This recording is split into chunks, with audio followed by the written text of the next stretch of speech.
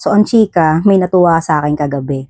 Ito ay para sa pwedeng maniniwala ka, pwedeng hindi ka maniwala. Pero kasi naniniwala ako sa ganun. So, alam niyo naman kagabi nag-post ako about dito sa pagkuha ko ng mga gulay-gulay sa kotse namin ng mga around 10:30 ng gabi. Kasi lagi ko naman yung ginagawa ng mga ganong oras. Minsan nga 11 pa eh. So, kagabi kasi, so pagpunta ko doon, ang daming lamok. So, siyempre, padyak-padyak ako. Umuwi ako dito sa bahay, naglagay pa ako ng mosquito repellent kasi ang kate-kate. So, normal pa. Tapos, napunta ako sa kabilang bahay, hinatid ko yung itlog doon kasi nga madaming itlog. Nagtira lang ako lang dito, tapos dilala ko doon. So, na-tidy up ko na lahat. Nung pumasok ako dito sa kwarto ko, sinarado ko yung bintana kasi nga bubukas ako ng aircon.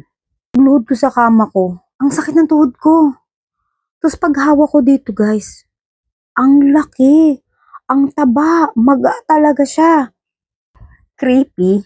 Kasi kinabahan din ako, natakot ako. Tapos minessage ko yung kaibigan ko. Nasabi ko, ayun nga, parang sabi ko, i-compare mo yung binti ko. Tapos binidyohan ko siya, ganyan na ganyan siya. Kung mapapansin nyo sa binti ko na yan, yung kabila normal, yung isang mataba. As in talaga, ang bilis. Sasaglit-saglit lang siya, tapos ang taba niya. So, inisip ko na agad talagang may natuwa sa akin. Kasi nga, syempre, gabi. Tapos, ang ingay ng trolley ko, ang ingay ng pushcart ko nga kasi ang dami kong hinakot. So, baka na may naistorbo ako either dun sa car park o dito sa may kabila namin sa gilid namin.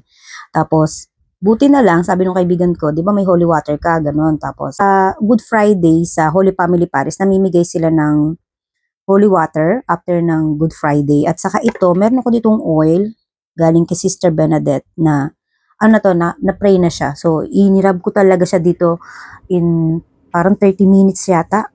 Tapos, ito pa yung video ko kagabi. Wala na siya. Para lang siyang nagdahilan. Pero although masakit pa din. Pero, hindi na siya maga. Buti na lang talaga ready tayo sa mga pamahid. Kasi naniniwala din talaga ako. Nagdahilan lang. Although, yun, nakikita niyo yung parang itim na yan. Yan siya. Pero kanina magang-maga talaga siya. Pero ngayon okay na. Ngayong umaga, nag-car wash ako. So, nag-prepare ako ng parang ibibigay ko. So, disclaimer, kung hindi kayo naniniwala, nasa inyo na po yun. Basta yun ay ginawa ko yun. Tapos parang nagpasintabi ako doon. Meron akong mga spot na nilagyan kasi parang doon kasi ako nag-stop. Tapos dito sa side namin na nagsorry ako kung na-istorbo ko sila that night. Tapos yun yung ngayong umaga, oh. Wala na, parang nagdahilan lang talaga siya. Wala no. Tapos mo kagabi na ito, ang taba niya. Kaya minsan talaga magpasintabi din tayo, lalo na pag makaka-istorbo tayo. Minsan nga, di ba, may mga pasapasa tayo na parang may kumurot. May natutuwa.